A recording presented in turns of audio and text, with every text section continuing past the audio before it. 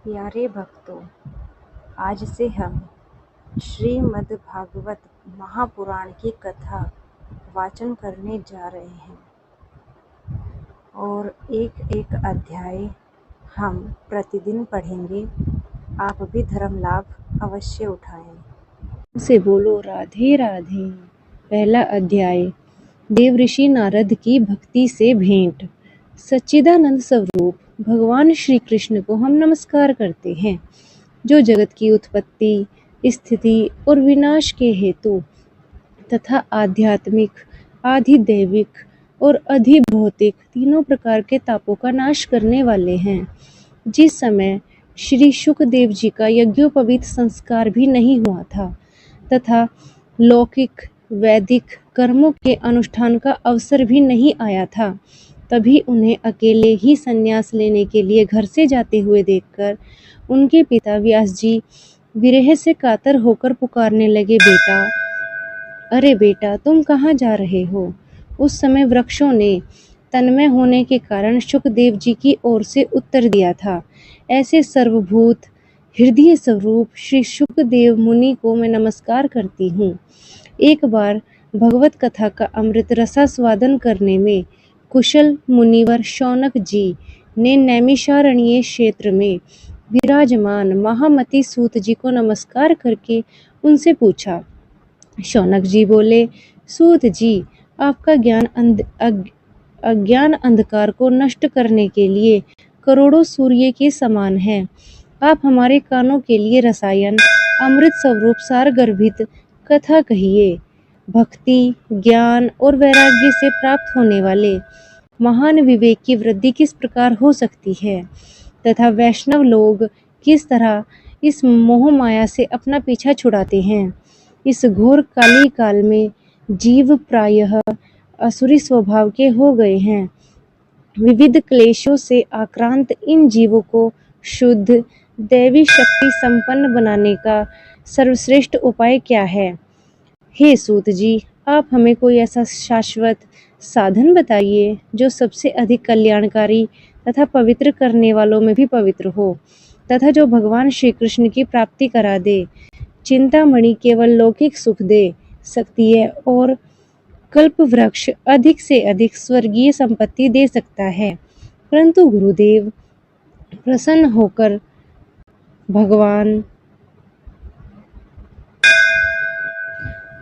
भगवान का योगी दुर्लभ नित्य वैकुंठ धाम देते हैं।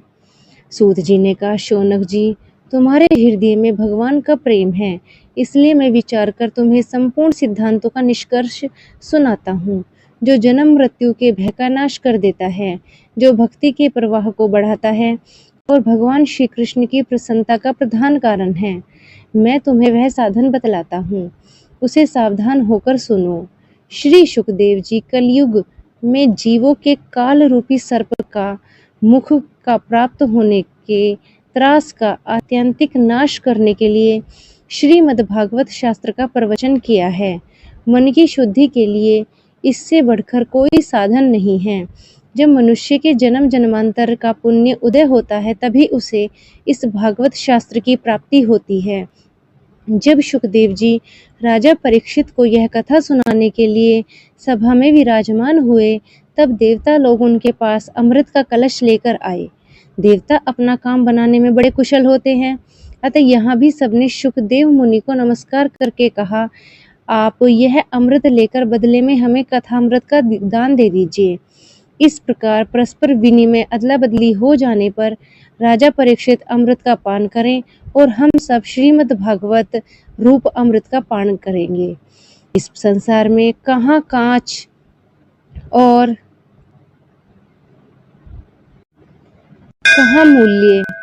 कहाँ महामूल्य मणि और कहाँ सुधा और कहाँ कथा।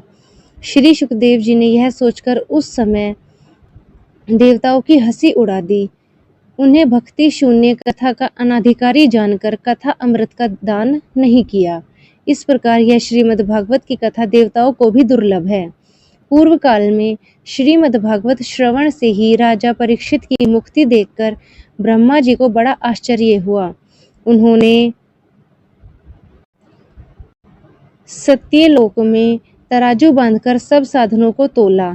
अन्य सभी साधन तोल में हल्के पड़ गए। अपने महत्व के कारण भागवत ही सबसे भारी रहा। यह देखकर सभी ऋषियों को बड़ा विस्मय हुआ। उन्होंने कलयुग में इस भगवत रूप भागवत शास्त्र को ही पढ़ने और सुनने से तत्काल मोक्ष देने वाला निश्चय किया। सप्ताह विधि से श्रवण करने पर यह निश्चय भक्ति प्रदान करता है। पूर्व काल में इसे दयापरायण सनकादि ने देवऋषि नारद को सुनाया था। यद्यपि देवऋषि ने पहले ब्रह्मा जी के मुख से इसका श्रवण कर लिया था, तथापि सप्ताह श्रवण की विधि उन्हें सनकादि ने बताई थी। शौनक देव जी ने पूछा, सांसारिक प्रपंच से मुक्त एवं विचरणशील नारद जी का सनकादि के साथ संयोग कहाँ हुआ और विधि विधान के श्रवण में उनकी प्रीति कैसे हुई? सूत जी ने कहा, अब मैं तुम्हें भी वह भक्तिपूर्ण कथानक सुनाता हूँ जो श्री शुकदेव जी ने मुझे अपना अनन्य शिष्य जानकर एकांत में सुनाया था। एक दिन विशालापुरी में वे चारों निर्मल ऋषि सत्संग के लिए आए। वहां उन्होंने नारद जी को देखा। सनकादि ने पूछा, ब्राह्मण, आपका मुख उदास क्यों हो रहा है? आप चिंतातुर कैसे हैं? इतनी जल्दी जल्दी आप कहाँ जा रहे हैं और आपका आगमन कहाँ से हो रहा है? इस समय तो आप उस पुरुष के समान व्याकुल जान पड़ते हैं जिसका सारा धन लुट गया हो। आप जैसे आसक्ति रहित पुरुषों के लिए यह उचित नहीं है। इसका कारण बताइए। नारद जी ने कहा, मैं सर्वोत्तम लोक समझकर पृथ्वी में आया था। यहाँ पुष्कर, प्रयाग, काशी, गोदावरी, नासिक, हरिद्वार, कुरुक्षेत्र, श्रीरंग और सेतुबंध आदि कई तीर्थों में मैं इधर उधर विचरता रहा, किंतु मुझे कहीं भी मन को संतोष देने वाली शांति नहीं मिली। इस समय अधर्म के सहायक कलयुग ने सारी पृथ्वी को पीड़ित कर रखा है। अब यहाँ सत्य, तप, शौच, बाहर भीतर की पवित्रता, दया, दान आदि कुछ भी नहीं है। बेचारे जीव केवल अपना पेट पालने में लगे हुए हैं। वे असत्यभाषी, आलसी, मंदबुद्धि, भाग्यहीन, उपद्रवग्रस्त हो गए हैं। जो साधु संत कहे जाते हैं वे पूरे पाखंडी हो गए हैं। देखने में तो वे विरक्त हैं, किंतु स्त्री धन आदि सभी का परिग्रह करते हैं। घरों में स्त्रियों का राज्य है और वे सलाहकार बने हुए हैं। लोभ से लोग कन्या का विक्रय कर रहे हैं और स्त्री पुरुषों में कलह मचा रहता है। महात्माओं के आश्रम, तीर्थ और नदियों, यवनों, विधर्मियों का अधिकार हो गया है। उन दुष्टों ने बहुत से देवालय भी नष्ट कर दिए हैं। इस समय यहाँ न कोई योगी है, न सिद्ध है, न ज्ञानी है और न सत्कर्म करने वाला ही है। सारे साधन इस समय कली रूप दावानल से जलकर भस्म हो गए हैं। इस कलयुग में सभी देशवासी बाजारों में अन्न बेचने लगे हैं। ब्राह्मण लोग पैसा लेकर वेद पढ़ाते हैं और स्त्रियां वैश्यवृत्ति से निर्वाह करने लगी हैं। इस तरह कलयुग दोष देखता हुआ और पृथ्वी पर विचरता मैं यमुना जी के तट पे पहुंचा, जहां भगवान श्री कृष्ण की अनेक लीलाएं हो चुकी हैं। मुनिवरों, सुनिए। वहां मैंने एक बड़ा आश्चर्य देखा। वहां एक युवती स्त्री खिन्न मन से बैठी थी। उसके पास दो वृद्ध पुरुष अचेत अवस्था में पड़े हुए जोर जोर से सांस ले रहे थे और वह तरुणी उनकी सेवा करती हुई कभी उन्हें चेत कराने का प्रयत्न करती और कभी उनके आगे रोने लगती थी। वह अपने शरीर के रक्षक परमात्मा को दसों दिशाओं में देख रही थी। उसके चारों ओर सैकड़ों स्त्रियां उसे पंखा झेल रही थी और बार बार समझाती थी। दूर से सब चरित्र देखकर मैं कुतूहलवश उनके पास गया। मुझे देखकर वह युवती खड़ी हो गई और बड़ी व्याकुल होकर कहने लगी। युवती ने कहा, अजी महात्मा जी, क्षण भर ठहर जाइए और मेरी चिंता को भी नष्ट करके जाइए। आपका दर्शन तो संसार के सभी पापों को सर्वथा नष्ट कर देने वाला है। आपके वचनों से मेरे दुखी को भी बहुत बड़ी शांति मिल सकती है। मनुष्य के जब बड़ा भाग्य होता है तभी आपके दर्शन होते हैं। नारद जी कहते हैं, तब मैंने उस स्त्री से पूछा, देवी तुम कौन हो? ये दोनों पुरुष तुम्हारे क्या होते हैं और तुम्हारे पास ये कमल नयनी देवियां कौन हैं? तुम हमें विस्तार से अपने दुख का कारण बताओ। युवती ने कहा, मेरा नाम भक्ति है। ये ज्ञान और वैराग्य मेरे पुत्र हैं। समय के फेर से ये ऐसे जर्जर वृद्ध हो गए हैं। ये देवियां गंगा जी आदि नदियां हैं। ये सब मेरी सेवा करने के लिए ही आई हैं। इस प्रकार साक्षात देवियों के द्वारा सेवित होने पर भी मुझे सुख शांति नहीं है। तपोधन, अब ध्यान देकर मेरा वृत्तांत सुनिए। मेरी कथा वैसे तो प्रसिद्ध है, फिर भी उसे सुनकर आप मुझे शांति प्रदान करें। मैं द्रविड़ देश में उत्पन्न हुई, कर्नाटक में बढ़ी, कहीं कहीं महाराष्ट्र में सम्मानित हुई, किंतु गुजरात में मुझको बुढ़ापा ने आ घेरा। वहां घोर कलयुग के प्रभाव से पाखंडियों ने मुझे अंग भंग कर दिया और चिरकाल तक यह अवस्था रहने के कारण मैं अपने पुत्रों के साथ दुर्बल और निस्तेज हो गई। अब जब से मैं वृंदावन आई हूँ, तब से पुनः परम सुंदरी स्वरूपवती नवयुवती हो गई हूँ, किंतु सामने पड़े हुए दोनों मेरे पुत्र थके मांदे दुखी हो रहे हैं। अब मैं यह स्थान छोड़कर अन्यत्र जाना चाहती हूँ। ये दोनों बूढ़े हो गए हैं, इसी दुख से मैं दुखी हूँ। मैं तरुणी क्यों और ये मेरे पुत्र बूढ़े क्यों? हम तीनों साथ साथ रहने वाले हैं, फिर ये विपरीतता क्यों? होना तो यह चाहिए था कि माता बूढ़ी होनी चाहिए थी और पुत्र तरुण होने चाहिए थे। इसी से मैं आश्चर्यचकित हूँ और अपने चित्त से अपनी इस अवस्था पर शोक करती रहती हूँ। आप परम बुद्धिमान एवं योग निधि हैं, इसका कारण क्या है बताइए। नारद जी ने कहा, साध्वी, मैं अपने हृदय में ज्ञान दृष्टि से तुम्हारे संपूर्ण दुख का कारण देखता हूँ। तुम्हें विषाद नहीं करना चाहिए, श्री हरि तुम्हारा कल्याण करेंगे। सूत जी ने कहा। मुनिवर नारद जी ने एक ही क्षण में उसका कारण जानकर कहा। नारद जी ने कहा, देवी सावधान होकर सुनो, यह दारुण कलयुग है और इसी समय सदाचार, योग मार्ग और तप आदि सब लुप्त हो गए हैं। लोग शठता और दुष्कर्म में लगकर अघासुर बन रहे हैं। संसार में जहाँ देखो वहाँ सत्पुरुष दुख से म्लान हैं और दुष्ट सुखी हो रहे हैं। इस समय जिस बुद्धिमान पुरुष का धैर्य बना रहे, वही बड़ा ज्ञानी व पंडित है। पृथ्वी क्रमशः प्रतिवर्ष शेष जी के लिए भार रूप होती जा रही है। अब यह छूने योग्य तो क्या, देखने योग्य भी नहीं रह गई है और न ही इसमें कहीं मंगल दिखाई देता है।